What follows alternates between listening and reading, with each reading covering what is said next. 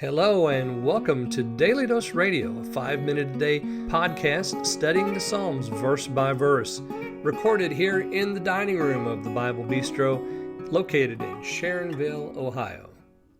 Hey there friends, welcome back to Daily Dose Radio here in the Bible Bistro. So come on in here and sit down with me. We're going to have us a good old time today, and all this week we're studying Psalm 46. Psalm 46, 11 verses long. This is a song for the sons of Korah. And you'll notice right there we have in an introduction. I've had a lot of introductions with these songs that have come from or for the sons of Korah. It says, to the chief musician for the sons of Korah, a song upon Alamoth. Now this is not Alamode. Okay, this is not a song with ice cream. This is a song upon Alamoth.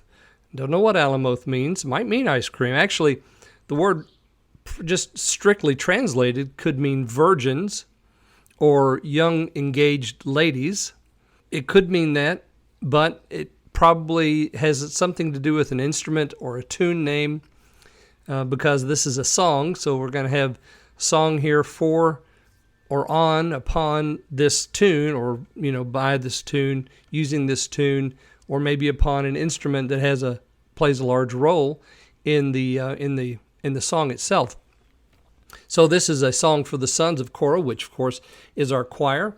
We've talked about that in the past. And here we have this upon the Alamoth.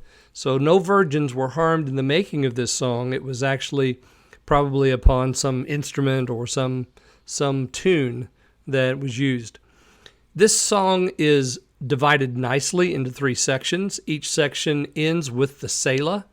So we have verses 1 through 3, and we have the first Selah, verses 4 through 7, the second Selah, and verses 8 through 11, the third Selah. But of course, for my purposes, I'm going to be dividing it into fifths because that's what we do here, Monday through Friday. We do that, so we can go verse by verse. And so we're going to do 1 through 3 today, and I put those together just because they fit so nicely together. And of course, then you have that first Selah right there, breaks it off. And in these first 3 verses, we get a huge dose of the theme of this particular psalm. So let me go ahead and read that for us. God is our refuge and strength, a very present help in trouble. Therefore will not we fear.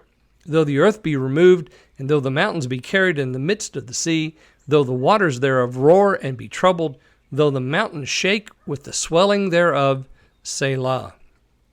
So we could easily entitle this song, Our Refuge.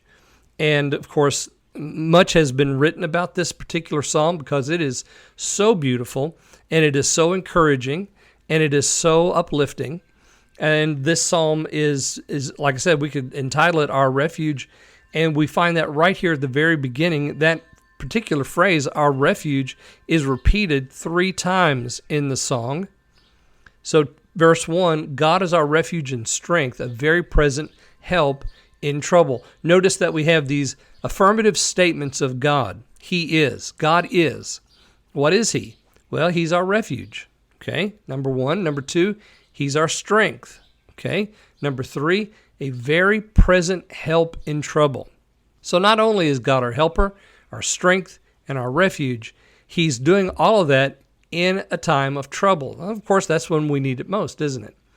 And when we are in a time of trouble, what do we normally do? Well, we're normally afraid, aren't we? Well, today, or in our psalm here, we find out that we're not going to fear. Why? Because God is.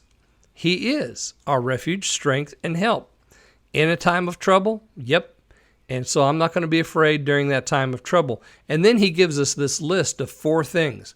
Though the earth be removed, though the mountains be carried. And you see that each line begins with this word, though. If I was going to translate this, I might translate it although. So I'm not going to fear although the earth be moved. I'm not going to fear although the mountains be carried into the midst of the sea. I'm not going to fear although the waters thereof roar and be troubled. So though is a good translation, although maybe not the best one for this, but it works. And it tells us exactly what we are to do.